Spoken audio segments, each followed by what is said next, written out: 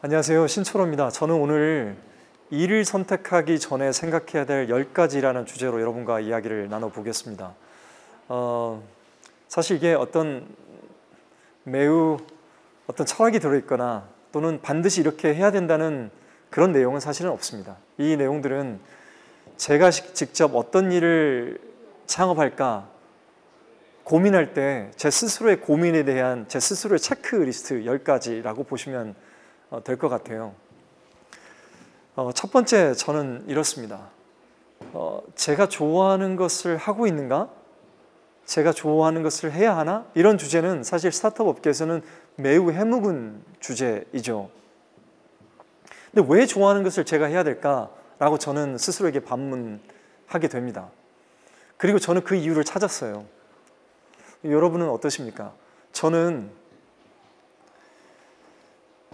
우리 실리콘밸리든 한국 스타트업 창업업계에서 성공한 분들의 평균 소요 시간을 계산해 본 적이 있거든요.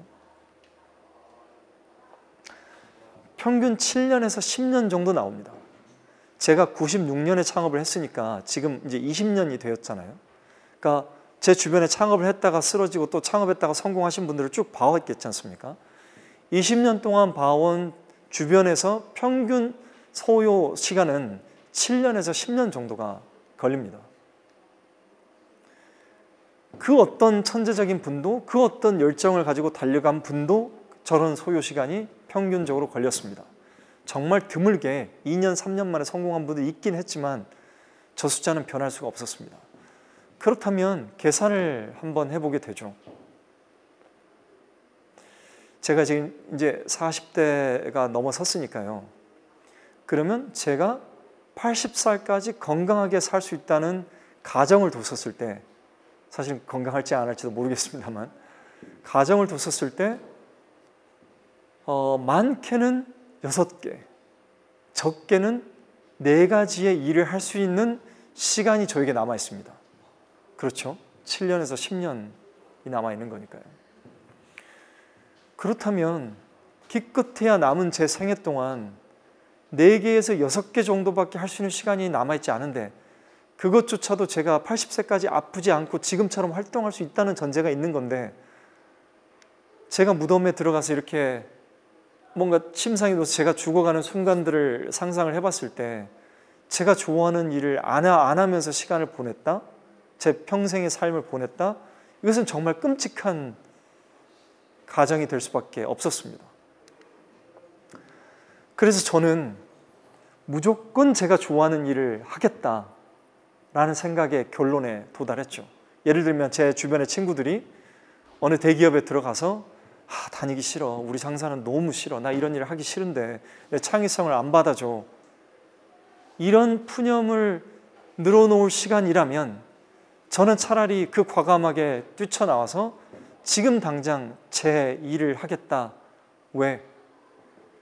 충분히 그 조직 안에 들어가서도 충분히 기업가 정신을 가지고 충분히 주체적으로 주도적으로 일할 수 있지만 만약에 그 조직이 그런 상황을 주지 않는다면 좋아하는 일에 집중하는 것이 상식적으로 맞을 수 있다라고 보이기 때문입니다. 그러면 내가 좋아하는 걸 어떻게 찾지? 라는 질문을 하게 되죠. 내가 좋아하는 게 뭘까? 정작 굉장히 쉬운 질문 같지만 자기가 좋아하는 일인지 아닌지 판단이 안 될 때가 많습니다. 혹은 자기가 이미 하고 있기 때문에 그래요, 그래요, 좋아하지도 않고요, 특별히 싫어하지도 않아요 라고 답변하는 분들도 주변에서 굉장히 많이 봅니다. 좋아하는 것을 찾는 방법은 이렇습니다. 첫 번째는 설레야죠. 그 일에 대해서는. 여자친구나 남자친구를 처음에 볼 때 그 사람에 대한 설렘이 있기 때문에 뭔가 말을 걸고 싶고 쪽지를 건네고 싶고 이런 마음이 드는 거지 않습니까? 일에 대해서도 마찬가지입니다. 설렘이 있어야죠. 근데 설레었다고 하는 것이 좋아하는 것일까가 아니라는 것도 우리가 알고 있어야 되겠죠. 설레었지만 좋아하지 않은 것일 수 있습니다. 저분하고 시간을 막 보내다 보니까 저분의 단점들이 굉장히 많이 보일 수도 있겠죠. 그렇죠? 근데 저분하고 시간을 보내다 보니까 그 단점조차도 좋아질 수가 있겠죠. 즉 내가 좋아한다는 걸 알려면요, 해봐야 합니다. 해보지 않고서 좋아하는 일을 안다는 것은 거의 그냥 저의 선입견에 가깝습니다.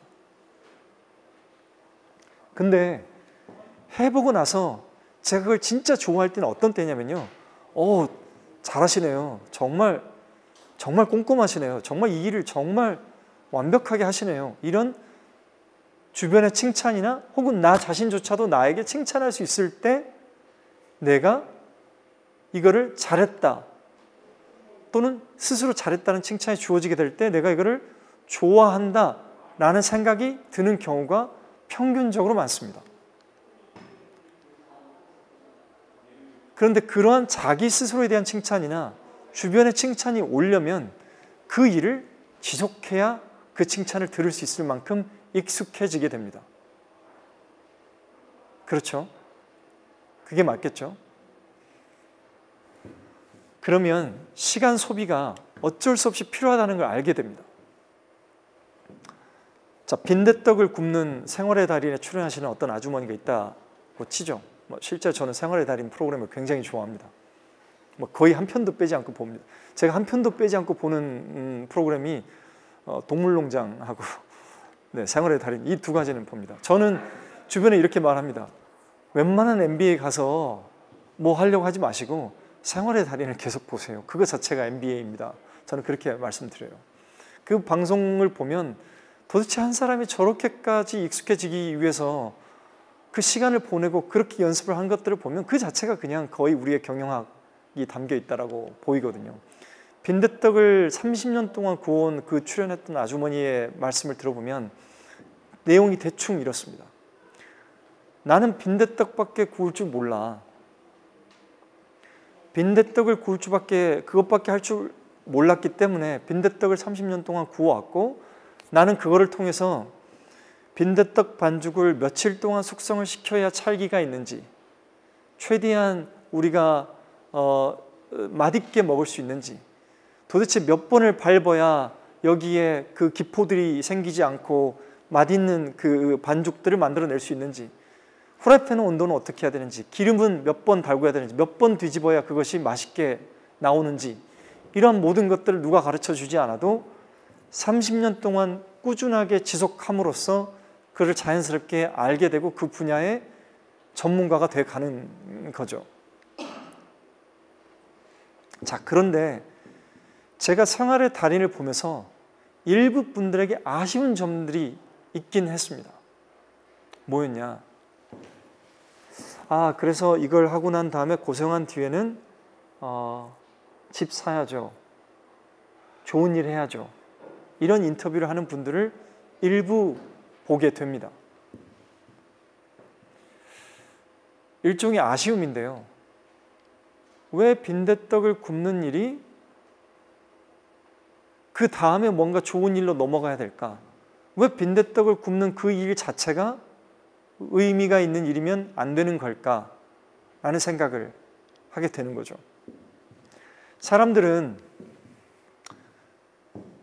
설레이면 좋다라고 착각하는 사람도 있지만 대부분의 사람은 이 일을 직접 하고 잘하게 되고 지속해서 잘하게 되면 이게 자기가 좋아하는 일이 무엇인지를 아는 경우가 대단히 많습니다.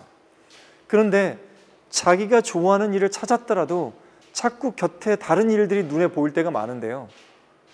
그럴 때 내가 이 일에 온전히 집중할 수 있고 달려갈 수 있는 그 최대한의 동기부여는 바로 자기 스스로 그 일에 의미가 있다라고 찾을 때 이게 됩니다. 그 의미를 찾지 않으면 내가 좋아하는 게 또 나오기 마련이죠. 이 사회에 얼마나 재미있는 일들이 많습니까? 의미가 담겨야지만 그 일을 오래 하게 됩니다. 오래 해야지만 그 일에서 경제적으로든 자기 성취든 할 수 있죠. 좋아하는 것을 찾는 방법은 이 과정을 통해서 그래서 찾을 수 있게 되는 겁니다. 자, 좋아하는 게 여러 개일 때는 어떻게 할까요? 여러분도 마찬가지잖아요. 저도 마찬가지입니다.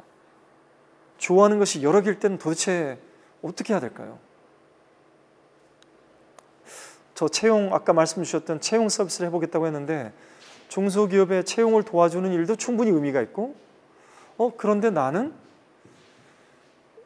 공정무역에 커피를 파는 것도 의미가 있다라고 생각이 드는 동시에 들었다면 나는 무슨 일을 선택을 해야 할까요? 어려운 일이죠. 그럴 때 여러분들의 의사결정의 기준은 어떻습니까? 좋아하는 일이 여러 개 떠오를 때는요, 이 보이시는 와인잔처럼 담긴 와인처럼 숙성을 한다라고 생각하시면 편합니다. 어떤 아이디어가 설레어서 즉흥적으로 떠오를 때 이거를 즉흥적으로 뭔가를 하는 것이 아니라 나의 컴퓨터 폴더나 나의 머릿속에 저장을 해 두게 되는 거죠. 1번, 2번, 3번 계속 저장을 하게 되겠죠. 그렇게 숙성을 시킵니다. 생각을 반복하죠. 여러분들이 어떤 일에 관심이 생기기 시작했을 때는 신문을 보든 스마트폰에서 뉴스를 보든 TV에 지나가면서 방송을 보든 내가 생각했던 그 좋아하는 것과 관련된 게 나올 때는 눈에 이렇게 들어오게 됩니다. 그 전에는 무의미한 정보들이었죠.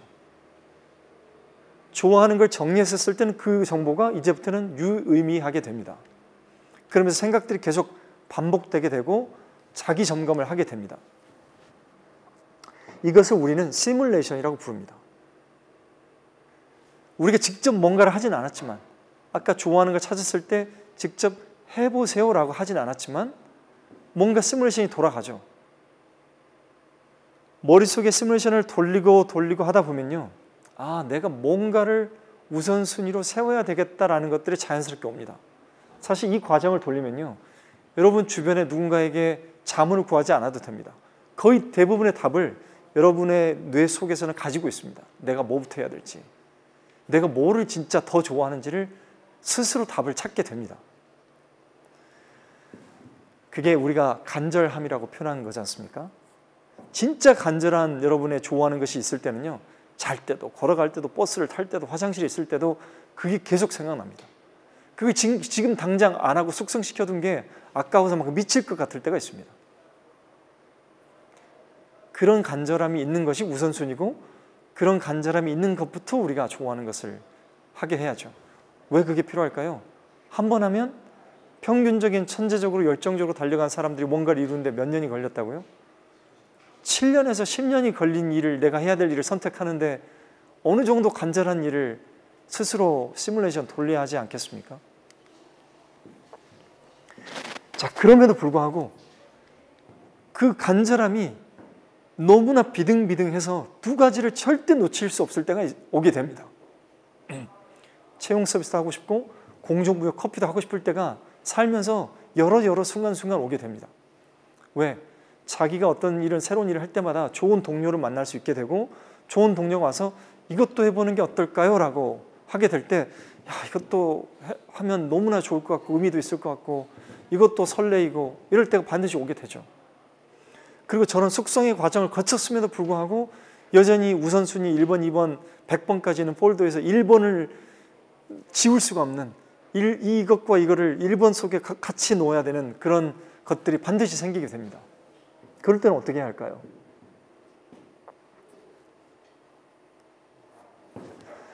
그렇게 간절함이 두 가지가 왔었을 때는 차라리 두 가지를 동시에 하는 게 저는 더 좋다라고 생각합니다. 근데 그 전제가 있습니다. 우리가 통상적으로 이야기할 때는 한 가지에 집중하세요. 날카롭게 비즈니스 하세요. 그래야 작은 성공을 만들 수 있습니다. 그래야 그 다음 단계로 나갈 수 있는 동력이 생기게 됩니다라고 하는 것이 우리가 알고 있는 상식이죠. 그럼에도 불구하고 자기 간절함이 두 개의 심장을 가질 정도로 막 차고 넘친다면 두 개를 해야죠. 대신에 그 전제는 집중하고 또 집중해야 되는데, 그 두 가지 일에 집중하고 또 집중해야 되는데, 여기서 집중은 어떤 의미를 동시에 갖냐면 시간적으로 집중해야 됩니다. 결국 우리가 24시간을 다 쓰잖아요. 24시간이란 물리적 시간은 똑같은데 냉정히 여러분 주변을 돌아보면 저 사람이 뭔가 일은 하고 있긴 한데 실질적으로 집중해서 일하는 시간이 평균 사람에게 하루 2-3시간 남짓뿐이라는 것을 우리가 알게 됩니다. 그러면 집중이라는 의미는요, 남들은 하루 종일 9hour에서 3시간을 집중할 때 나는 6시간 9시간을 집중할수록 내가 간절한 두 개의 심장을 두 개 다 동시에 펼쳐질 수 있는 그 기회가 주어지는 것이죠. 그것뿐일까요? 밥 먹을 때도 저녁에도 새벽에도 마찬가지가 되겠죠. 결국 똑같이 주어진 시간을 어떻게 쓰느냐에 따라서 내가 두 개를 할 수 있느냐 없느냐가 나오게 되겠죠. 일과 삶의 균형이요? 그게 물리적 균형이 가능할까요? 그런 간절함이 있는 사람에게 가능하지 않습니다. 우리가 시간적인 균형은 가능하지 않습니다. 결국은 자기가 그 균형이라는 기준을 어디가 두느냐에 따라 달라질 뿐이겠죠. 여기 보시는 아마존의 제프 베조스는 지금 어떤 사업을 하고 있습니까? 처음에 책 판매 쇼핑몰부터 시작해서 지금 모든 것을 다 파는 쇼핑몰부터 시작해서 지금은 드론 사업, 그리고 얼마 전에 그 우주선도 개발해서 쏘아 올렸죠. 저 사람은 집중하고 있는 걸까요? 아니면 매우 혼재된 사업들을 하고 있는 걸까요? 여러분, 아이언맨의 모델이라고 불렸던 일론 머스크는 어떻습니까? 어떤 사업하고 있나요, 이분은? 네, 스페이스X도 하고 있고 또 테슬라라는 전기 자동차도 하고 있지 않습니까? 그러면 저 사람은 집중하지 않고 있네요. 사업을 하려면 집중하셔야죠. 왜 그렇습니까? 이렇게 이야기할 수 있을까요? 주커버그는 어떤가요? 페이스북 말고도 오큘러스도 인수하고 수많은 회사들 인수해서 VR, AR 무슨 할 수 있는 사업들을 다 하고 있죠. 집중 안 하고 있는 건가요? 구글도 마찬가지죠. 우주로 가는 엘리베이터, 무인 자동차. 아마도 이들의 시간대를 보면 제가 저분들과 단 한 번도 만난 적이 없기 때문에 모르겠지만 저분들의 집중된 시간은 어마어마한 수준일 것입니다. 우리가 1시간을 걸려서 일할 것들은 저분은 거의 5분, 3분에 끝내고 있을 겁니다. 그만큼 시간의 효율을 넓힐 것이고 본인이 만나야 할 사람이나 저녁 약속 이후에 본인이 새벽 시간을 어떻게 활용해야 되거나 이동 시간을 어떻게 활용해야 되거나 시간에 대한 간절함이 보통 사람들이 갖는 거에 100배, 1000배로 간절하게 시간들을 응축해서 사용하고 있을 것입니다. 그렇게 된다면 누군가가 당신이 집중하지 않고 있어 라고 말할 수 없게 되는 것이죠.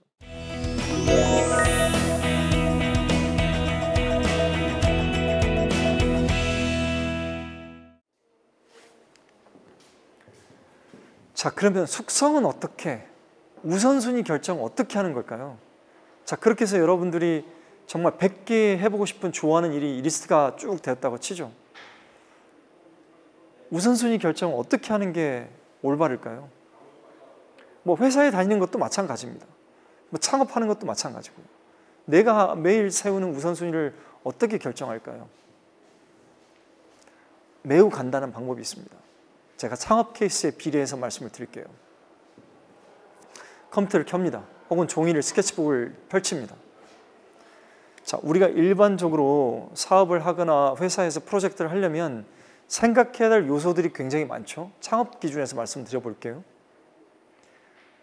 자, 팀을 누구로 모을 것인가? 자금 조달을 어떻게 할 것인가? 이들에 대한 대우와 인사 체계를 어떻게 가져갈 것인가? 조직 체계를 어떻게 할 것인가? 마케팅은 어떻게 할 것인가? 전략은 어떻게 할 것인가? 우리 파트너십은 어떻게 할 건가? 수많은 요소들에 대한 수많은 요소들을 우리가 생각해야지만 이 사업이라는 것을 우리가 거시적으로 바라볼 수 있거나 프로젝트를 그렇게 바라볼 수 있게 되죠. 정말 여러분들이 우선순위가 될 사업들은요, 그런 것들을 스케치북을 주고 한번 써보실래요? 한 장으로 요약해 보실래요? 사업계획 전체를 한번 써보실래요? 그 사업계획서가 맞다 틀리다가 옳은 게 아닙니다. 제가 그 말씀을 드리고 있는 게 아니에요. 그 전체적인 걸 한번 그려보실래요? 하면 거침없이 써나가는 일들이 있습니다. 팀은 이렇게 하고요. 팀은 누구를 데리고 오면 그분이 최고 전문가이고요. 돈의 자금은 제가 지금 이렇게 하는데 나중에 어떤 펀드들을 쉽게 이렇게 할 수 있겠고요. 그 펀드의 성격은 어떠해서 우리 사업과 가장 잘 맞는 펀드이고요. 우리의 회사의 복지체계는 이렇게 가져가면 우리의 캐시플로우상 이렇게 들어맞을 것 같고, 우리의 마케팅은 우리 제품의 핵심 요소는 이거니까 마케팅은 이렇게 해서 해야지만 우리 회사에 맞을 것 같다 등등등등이 매우 손쉽게 단시간에 확 써내려져 가는 그런 프로젝트들이 있습니다. 그건 무엇을 의미하느냐? 이미 그것이 결과적으로 성공할지 실패할지는 모르지만 이미 그 사람은 그 일을 하기에 충분한 준비를 해왔다는 내용이 확인되게 되는 것입니다. 그럴 때 우리가 우선순위라고 말하는 것입니다. 그것을 우리가 사업계획대로 될지 안 될지 거의 대부분은 사업계획대로 될 일이 없겠지만 그럼에도 불구하고 우리가 사업계획서를 써보는 과정의 이유는 내가 정말 준비가 되어 있는 건가에 대한 자기 점검 플러스 방향성에 대한 이유들이 적혀질 수 있기 때문입니다. 그리고 그런 것들을 우리는 우선순위라고 설정을 해야 되겠죠. 그게 적혀지지 않는다라고 한다면 내가 지금 충분히 준비가 되지 않았기 때문에 우선순위가 돼서는 안 되겠죠. 어떤 우선순위를 제가 1, 2, 3, 4라고 1이라고 정했음에도 불구하고 제가 9라고 해둔 그 9번에 적어둔 그 아이템이 끊임없이 저를 괴롭힐 때가 있습니다. 마음은 이걸 하고 싶은데 이거는 너무 돈이 많이 드니까 내가 못하고 이건 너무 위험하니까 못하고 그런데 그래서 1번을 이걸 하면 좀 괜찮겠는데 조직도 지속성이 있겠고 자생력도 갖겠고 그래서 자꾸 이게 눈길은 가는데 마음은 이 9번에 계속 놓일 때가 있습니다. 뭘 해야 할까요?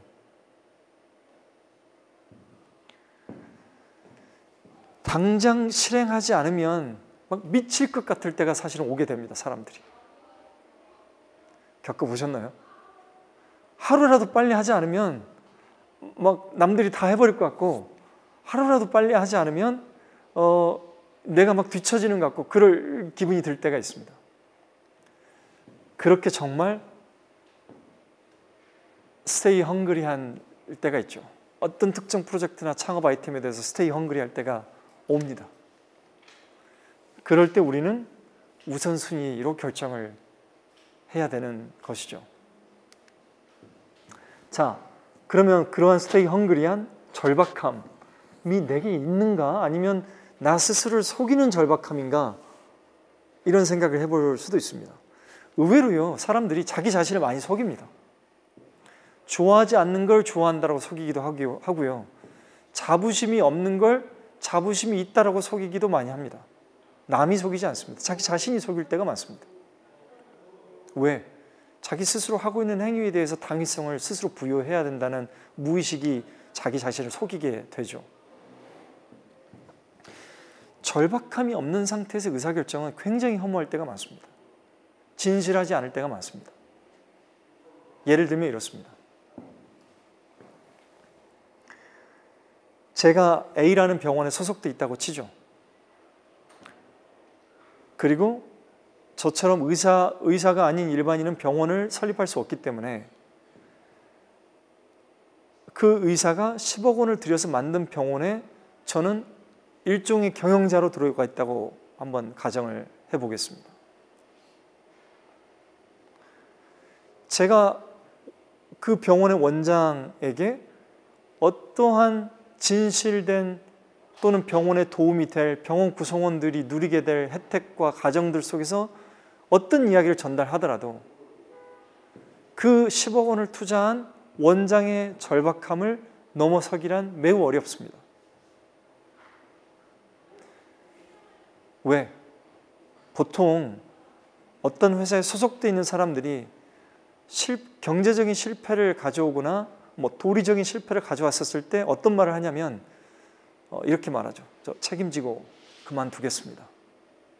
심지어 정부에 있는 고위공직자조차도 어떤 문제가 있었을 때 책임지고 물러나겠습니다 라는 이야기를 합니다. 근데 그게 책임지는 건가요?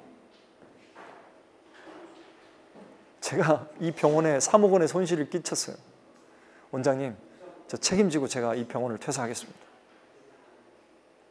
그리고 본인 나가요. 다른 병원에 취직을 하겠죠.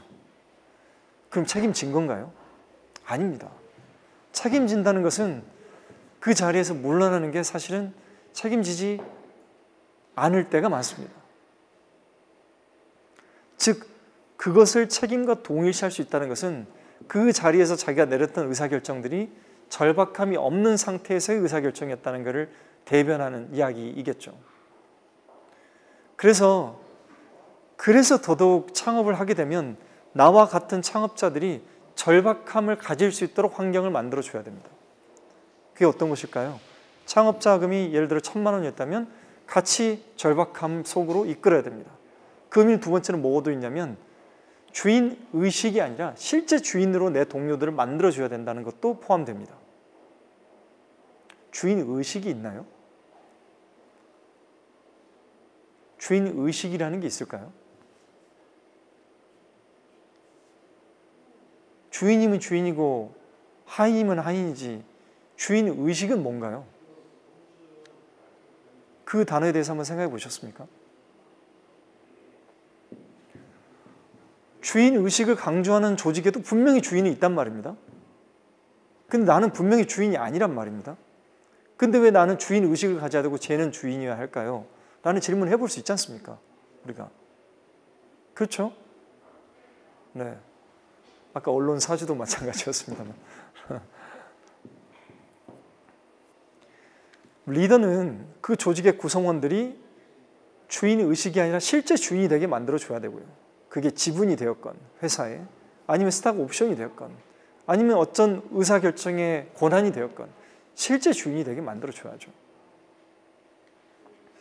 그리고 그가 어떤 의사결정을 내릴 때 그만큼 절박함을 같이 누릴 때 우리는 실제 동료라고 부를 수가 있습니다. 이 고용자와 피고용자, 노동자 계급과 사용자 계급 이런 컨셉이 조직 속에 있게 되면 결코 그게 절박할 수가 없습니다. 왜? 그만두면 되잖아요. 그렇잖아요. 나 그만둘래? 나갈래? 너 혼자 해. 이럴 수 있는 거잖아요. 그러면 이쪽 사람도 나가. 너 말고도 얼마든지 대체자 많아. 나가. 이런 구조에서 어떻게 서로 절박함이 있겠습니까?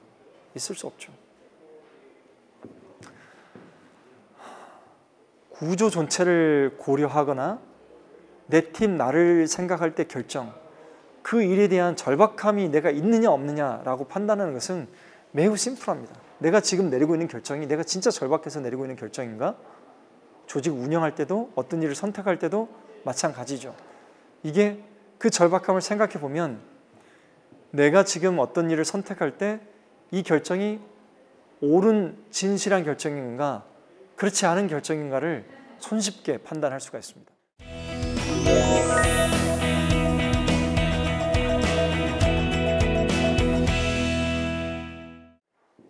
여섯 번째요. 제가 회사에서 어떤 일을 하든 또는 제가 직접 창업을 하든 결국 중요한 것은 팀입니다. 읽어볼게요. 나로서 온전하다 생각하는 순간이 의미하는 것. 나 혼자 해도 가능하다고 생각하는 것. 그게 뭘까요? 철저한 자기 기만과 자만이죠. 자기 기만이란 말은 뭐냐? 세상 일이 어디가 혼자서 될 수 있는 것이 있을까요? 소설가? 의사? 혼자 활동하는 변호사? 혼자 될 수 있는 것들이 과연 있을까요? 소설가는 골방에 들어가서 나 혼자 글 쓰니까 혼자 해도 되는 거 아닐까요? 1인 플레이 해도 되는 거 아닌가요? 정말 그럴까요? 나로서 온전하다 생각하는 순간 우리가 극적으로 말하면 그 사람은 끝나는 거죠. 왜? 결국 사람은 자기가 어떤 다재다능할 능력이 있을지라도 결국은 뭔가 부족한 게 있을 수밖에 없고 그 부족한 거를 다른 동료의 능력으로 메꾸지 않는 한 자기는 결코 온전할 수 없는데 자기 스스로 온전할 수 있다고 생각한다는 것은 자기는 그러면 그러한 팀들을 찾지 않게 될 것이고 그렇게 하면 그것은 사실은 결코 발전될 수 없는 원천적인 한계를 갖고 있다라고 봐야죠. 그래서 그러면 나는 내가 일을 시작할 때 선택할 때 나는 어떤 팀원이 돼야지? 나는 어떤 리더가 돼야지? 라는 질문을 안 던질 수가 없게 됩니다. 자, 첫 번째요. 내가 어떤 팀원이나 리더가 되려면 나는 어떤 생각을 갖고 있어야 되냐면 내가 이 일을 왜 하는가에 대한 명확한 생각을 갖고 있어야 합니다. 그리고 그것이 팀원과 유사하거나 일치해야 합니다. 유사하거나 일치하지 않은 우애를 갖고 있어도 팀이 될 수는 있습니다. 그게 보통의 고용주와 피고용주의 관계이겠죠. 뭐 대표는 저렇대. 자기가 그렇게 한대. 난 모르겠어. 뭐 그 사람 왜 그렇게 하는지 모르겠어. 뭐 시키니까 하지 뭐. 그럴 수도 있습니다. 근데 사실은 그게요. 그게 비이성적인 겁니다. 또는 창업을 했다고 치죠. 근데 창업 동료가 5명이에요.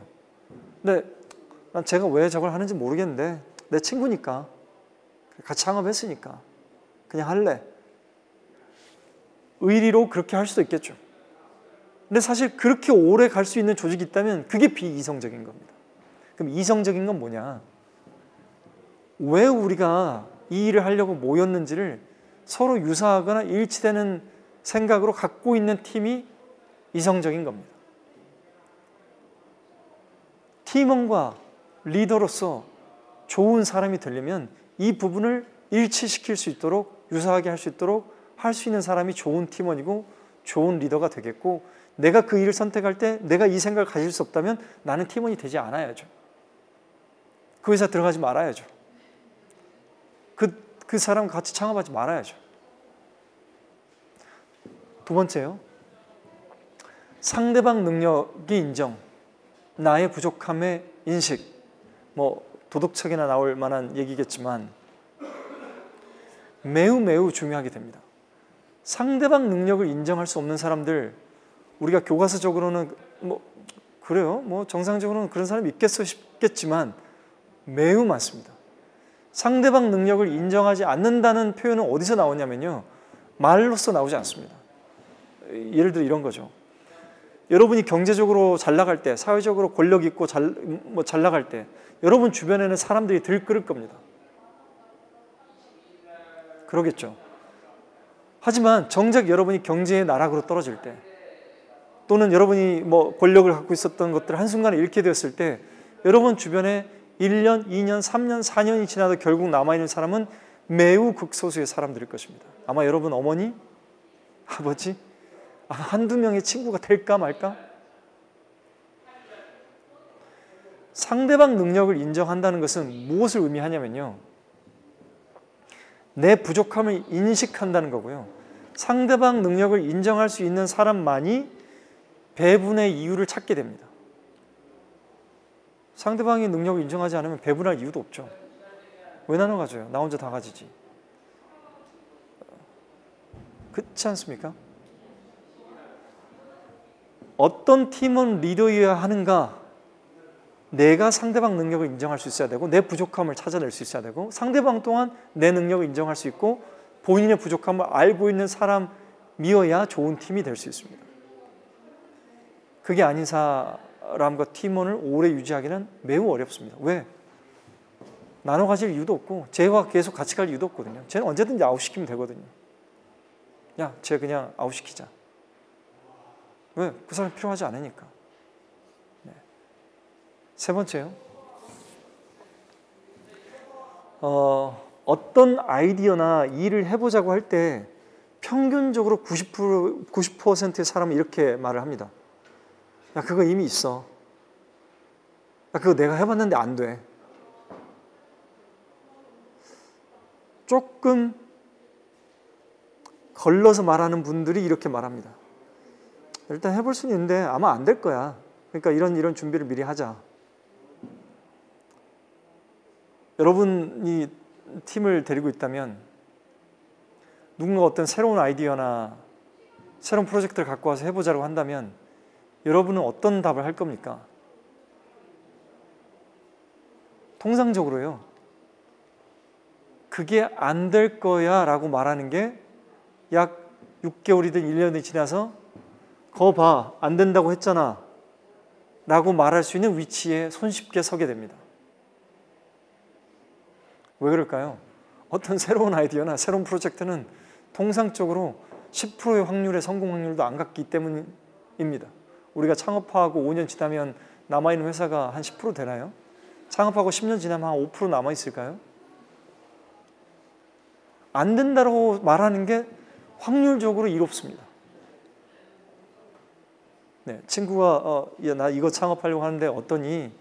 야, 그거 안 돼. 안 될 거야. 야, 이거 어려워. 야, 그거 서비스 이미 있잖아. 잘하는 회사 있잖아. 이렇게 말하는 게 훨씬 유리한 게임이에요. 반면에 될 거야. 해볼까? 이렇게 해보면 어떻겠니? 이게 좀 부족한데 이것만 좀 개선해서 하면 잘 되겠다. 이렇게 말하는 게 훨씬 안 좋은 게임이에요. 그래서 큰 조직에 가면 거의 대부분이 새로운 아이디어가 나올 때 거절하는 이유는 그렇습니다.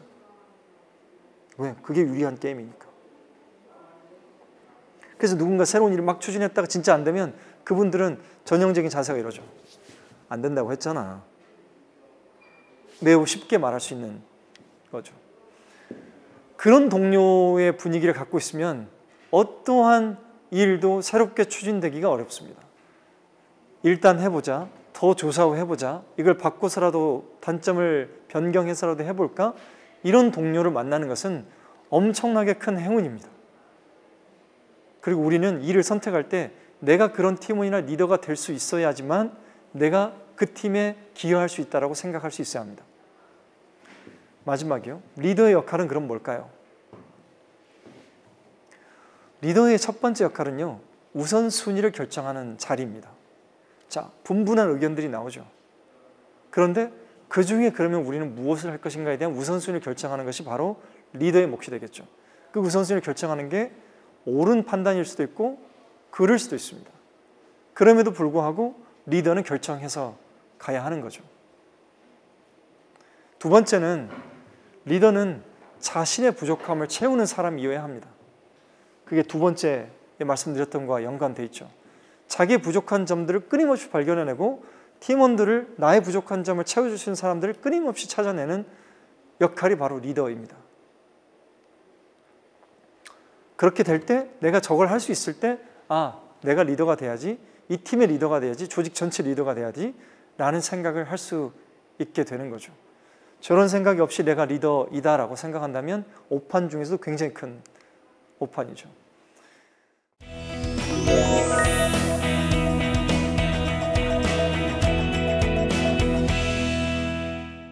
어떤 일을 선택할 때 저는 기업을 가능한 선택하십시오라고 이야기를 합니다.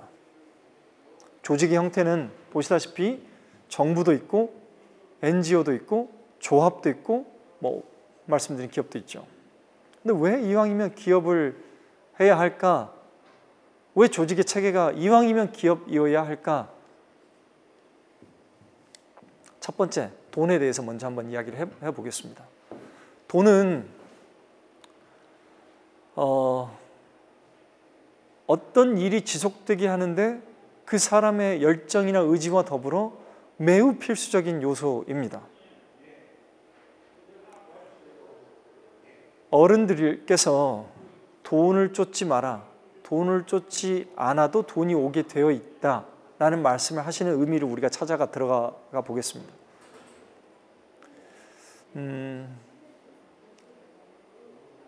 한번 여쭤볼게요. 돈을 얼마를 갖고 있으면 돈의 관점에서만 생각했었을 때 평온한 마음이 들까요? 내가 행복할까요? 행복의 요소는 여러 가지가 있습니다만 그냥 돈만 생각해 볼게요. 얼마의 액수가 있으면 내가 평생 동안 행복할까요? 500억이요? 또 그냥 대충 한번 생각해 볼까요? 100억? 300억? 10억? 50억? 자, 10억부터 2천억까지 나왔습니다. 그 평균을 그냥 30억 정도 잡아볼까요? 평균은 아니지만 어쨌든 그냥 30억이라고 규정을 해볼게요. 2천억은 좀 놀랍습니다. 보통 2, 30억 답변 나옵니다. 2, 30억을 지금부터 우리가 번다고 생각해보죠. 물론 행복의 기준이 굉장히 다양합니다만 돈의 관점에서만 제가 여쭙지 않습니까? 30억을 번다라고 한번 가정을 해보죠. 여러분 연봉이 평균 1억이 되는 게 쉬운 일일까요? 어려울 겁니다. 아마 우리 사회 몇 프로가 연봉 1억을 받고 있을까요? 몇 프로 안 될 겁니다. 그럼에도 불구하고 제가 여러분들 연봉을 1억이라고 치겠습니다. 자, 그러면 지금 여러분들의 외모로 보건대 나이가 25세에서 약 35세 사이 정도로 보입니다. 맞습니까? 제가 지나치게 많이 잡았나요? 네. 자, 그러면 여러분이 경제활동을 할 수 있는 생애 기간이 30년? 정말 많이 잡으면 35년이 되겠죠. 왜냐하면 삼성전자 이런 데 들어간 분들은 보통 부장급 정도에서 임원이 안 되면 그 다음에 회사 나오시지 않습니까? 보통 45세에서 55세 사이에 거의 대부분 회사를 그만두죠. 자, 30년 동안 연봉 1억을 받는다고 가정을 하고요. 물론 연봉이 올라가겠죠. 근데 삼성에서 임원급 되면 뭐 정말 예전에 진대재 장관 분 같은 분들은 연봉이 뭐 스탁옵션까지 해서 뭐 80억 이렇게도 기사를 봤습니다만, 삼성전자의 평균 사장급 급여의 연봉 수준이 3억에서 5억, 뭐 좀 많게는 8억에서 10억. 네. 여러분들이 삼성전자 들어가서 사장급에 올라갈 수 있는 확률은 어느 정도라고 생각하십니까? 통상적으로 가능성이 낮겠죠. 삼성전자에 들어갔다고 쳐도요. 그러면 연봉 1억을 30년을 받아서 저축해야지만 10원도 쓰지 않고 30억을 벌 수 있고, 그렇게 해야지만 돈의 관점에서 내가 행복할 수 있는데, 그 논리로 보면 여러분은 평생 회사를 다니거나 다른 조직을 다녀서는 돈의 관점에서는 결코 행복할 수 없는 돈의 규모를 여러분들은 저에게 말씀을 주신 거죠. 그렇죠?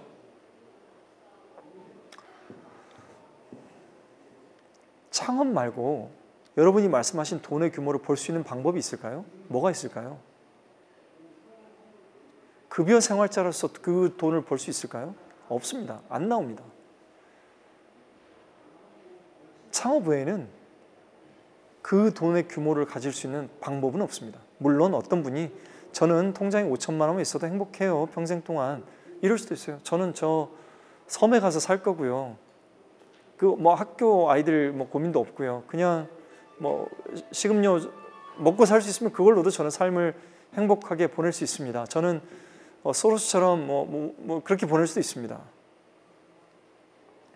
근데 그게 일반적인 건 아니잖아요. 그래서 급여로는 우리가 돈의 관점에서 행복할 수 없는 책이라는 것을 쉽게 알게 됩니다. 자, 우리가 돈에 관해서 생각을 할 때는요, 그래서 더더욱 얼마를 언제까지 벌 것이며 어디에 쓸 건지에 대한 생각을 갖고 있어야 되게 됩니다. 정치 권력은 대단히 유한하거든요. 그 어떤 세계 경제의 탑의 대통령에 올라갔다 할지라도, 뭐 미국의 대통령이었다 할지라도, 또는 유엔 총장이었다 할지라도, 한국의 대통령이었다 할지라도 결국은 내려오게 되어 있습니다. 내려오고 나서는 그 빈자리를 새로운 권력이 자리를 차지하게 되죠. 어떻게든 끝이 있습니다. 근데 이놈의 돈은요, 끝이 없습니다. 여러분, 남산타워에 올라가서 서울 시내를 한번 내려다 보세요. 저 많은 건물, 저 많은 차, 나는 소유한 게 없는데 도대체 누가 갖고 있는 걸까? 내가 건물을 하나 가지면 옆에 건물이 안 보일까요? 옆에 건물 또 보입니다. 건물을 10개 가지면 그 옆에 건물 100개가 안 보일까요? 또 보입니다. 끝이 없습니다. 그래서 돈에 대해서는 차라리 내가 얼마를 언제까지 벌겠다라고 명쾌하게 가져버리는 게 차라리 더 삶을 심플하게 살 수 있는 방법입니다. 그런데 사람들이 의외로 생각하지 않는 게 있습니다. 자, 제가 다시 한번 여쭤볼게요. 아까 300억? 500억. 네. 500억 어디다 쓰실 건가요? 저는 반은 기부할 생각이고요. 반은 땅을 좀 사놓겠습니다. 네, 한 분만 더 여쭤보죠. 아까 10억이니까 제가 안 여쭤보겠습니다. 금액이 너무 작아서. 2천억. 2천억 어디 쓰실 건가요? 의외로 자기가 어디에 쓸지 모른 채 이 돈의 규모를 생각하거나 맹목적으로 회사를 다니는 사람들이 많습니다. 그리고 통상적으로 뭔가 의지를 갖고 있는, 좋은 의지를 갖고 있는 분들이 나중에 학교를 만들겠어요, 기부를 하겠어요, 도서관을 만들겠어요, 이런 얘기를 하시는 분들이 많습니다. 근데 그런 분들에게 제가 이렇게 말씀드립니다. 돈이라는 주제에 대해서 언제까지 얼마를 벌지, 어디에 쓸 건지 명쾌하지 않는 한 돈을 벌지 마십시오. 어디에 쓸 건지도 모르는데 돈을 왜 법니까? 어디에 쓸 건지도 모를 돈의 규모를 내가 왜 만들어냅니까? 일단 많은 게 좋다 이겁니까? 그건 아니잖아요. 내가 필요한 만큼 내가 벌어서 쓰면 되는 거지 않습니까? 내가 1조를 100조를 번들 내가 결국 가져가는 건 없다는 걸 우리가 누구나 다 알고 있지 않습니까? 내 자녀에게 물려줬었을 때 오히려 자녀의 삶을 해칠 수 있다는 것을 수많은 케이스를 통해서 보고 있지 않습니까? 그럼 돈을 얼마를 벌어야 적정한 걸까? 옳은 걸까? 라는 의미에서 질문을 충분히 던져볼 수 있겠죠. 그리고 그것을 생각하지 않은 상태에서의 돈을 벌려는 맹목적인 행위는 사실은 그것조차 무의미하다라고 우리가 과감하게 이야기할 수 있겠죠. 그리고 뭔가 그 행위를 한다라고 했었을 때 지금 제가 기부를 하겠다. 그럼 500억을 벌 때까 500억이라는 점을 찍어야 기부가 되는 걸까? 250억을? 아니면 지금 5만 원을 벌었을 때 2만 5천 원을 기부할 수 있는 걸까?의 질문도 동시에 해볼 수 있는 거겠죠. 왜? 결국 돈은 흐름이기 때문에 그렇습니다. 돈은 고여있기 어렵습니다. 예를 들어 수조 원의 자산이 7, 8년 만에 마이너스로 갈 수도 있는 게 돈이고요. 100억이라는 어마어마한 빚을 가졌던 분이 800억이라는 자산가로 올라갈 수 있는 것도 돈입니다. 돈은 고여있지 않습니다. 흐릅니다. 그래서 오늘 제가 만나는 사람 중에 굉장히 빈곤해 보이는 사람이 있을지라도 그에게 함부로 할 수 없는 건 그가 어떤 꿈을 갖고 있는지 모르기 때문입니다. 저 사람이 2년 뒤에 어떤 모습으로 내게 나타날지 우리가 어떻게 합니까? 그러지 않습니까? 어쨌든 돈은요, 얼마를 언제 어디에 쓸 건지에 대한 명확한 게 있을수록 삶이 심플해집니다. 그리고 그게 되려면, 지속성이 되려면, 밑에 조직의 지속성이 나오려면 10년이 아니라 100년 가려면 정치 권력은 유한하지만 기업 조직은 무한할 수 있기 때문에 그 조직이 왜 일하는지 구성원들이 알게 되고 이 기업의 사명이 무엇이었는지를 알게 되고 그 조직이 자생력을 갖는 한 그 기업은 거침없이 나갈 수 있습니다. 그래서 기업이라는 조직의 형태가 어떤 사회를 변혁하는 데 있어서 또는 내 뜻을 펼쳐가는 데 있어서 지속적으로 내가 없는 이후에도 그 뜻이 계속해서 100년 가고 200년 가고 할 수 있는 조직의 형태로서 기업은 굉장히 잘 만들어진 조직의 형태라는 것입니다. 근데 왜 그 중에 창업인가? 기업가 정신을 회사를 들어가서 할 수도 있는데 왜 창업인가? 라는 이야기를 한번 해볼게요.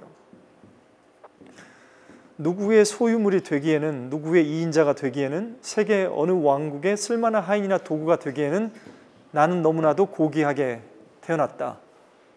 셰익스피어 존왕 5막 2장에 나오는 글귀라고 합니다. 사실 저게 그냥 소설에 나오는 글귀일 수도 있고요. 아니면 저 문구를 보면서 내 가슴이 굉장히 뛸 수도 있습니다. 그것은 여러분 각자에 달린 거겠죠. 내 삶은 지금 어떻지? 내 삶은 지금 고귀한가? 아니면 내 삶은 지금 미천한가? 여러분이 판단에 따르겠죠. 그러나 분명한 것은 주도적인 삶이 될 때, 내가 뭔가 주체적인 삶과 주도적인 삶을 살 수 있을 때, 내가 무덤에 들어가서 내 살아온 생을 바라볼 때 내가 한 번 사는 삶 제대로 살았다 라고 생각할 수 있는 것만큼은 분명하다라는 겁니다.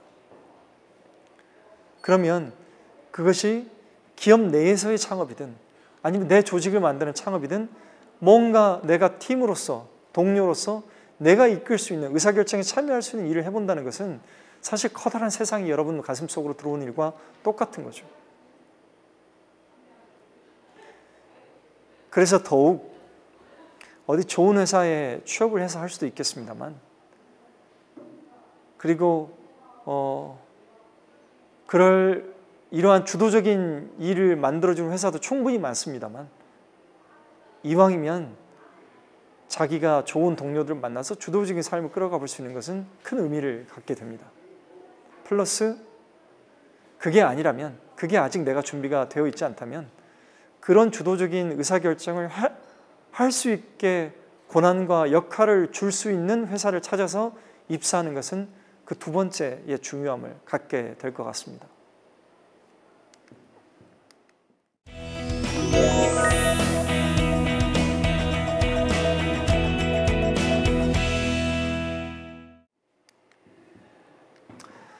아까 처음에 페이지 기억하시죠? 좋아하는 일, 설레이는 일, 해봐야 알게 되고 지속해봐야 좋아하게 되고 칭찬 들어야 하게 되고 의미를 담아야 이 일에 평생 할 수 있다는 것 기억하시죠? 그 의미를 담는다는 게 무슨 일인지, 내가 내 일을 선택할 때 의미를 담는다는 그 본질적인 의미가 무엇인지 한번 살펴보겠습니다. 이거는 아까 네그로폰테 교수의 그 비전입니다. 원 랩탑 퍼 차일드였죠. 한 명의 아이들마다 하나의 랩탑을 갖게 하겠다. 그렇게 함으로써 정보 격차의 해소를 풀겠다라는 비전을 가졌었죠. 오른쪽에 있는 것은 배달의 민족 김봉진 대표님이 내세운 비전입니다. 좋은 음식을 먹고 싶은 곳에서 라고 내세우고 있습니다. 저 간단한 문장 속에 굉장히 큰 의미가 담겨 있다라는 게 보입니까? 좋은 음식을. 그러면 우리 배달의 민족은 사람들이 먹게 되는 먹거리에 있어서 좋은 음식이 아닌 것은 우리는 취급하지도 않겠고 배달하지도 않겠습니다. 우리는 좋은 음식을 사람들이 찾을 수 있도록 돕겠습니다. 사람들의 리뷰나 이런 걸 통해서. 나는 그들의 창업 철학이 들어가 있죠. 먹고 싶은 곳에서 당신들이 먹고 싶은 곳이 그 식당이든 집이든 무슨 한강 공원이든 당신들이 먹고 싶은 곳에서 좋은 음식을 먹게 하도록 저희가 노력하는 기업이 될게요.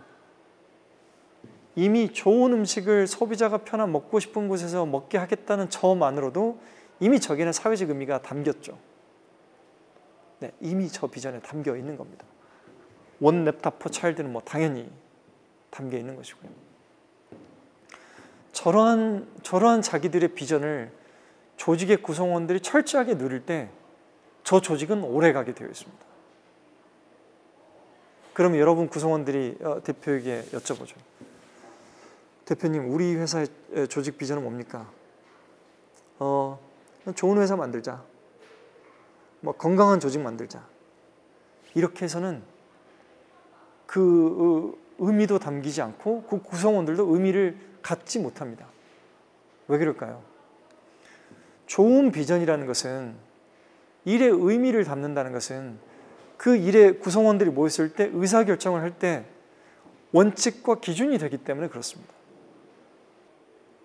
그래서 일의 의미를 담아야 하는 거죠. 왜?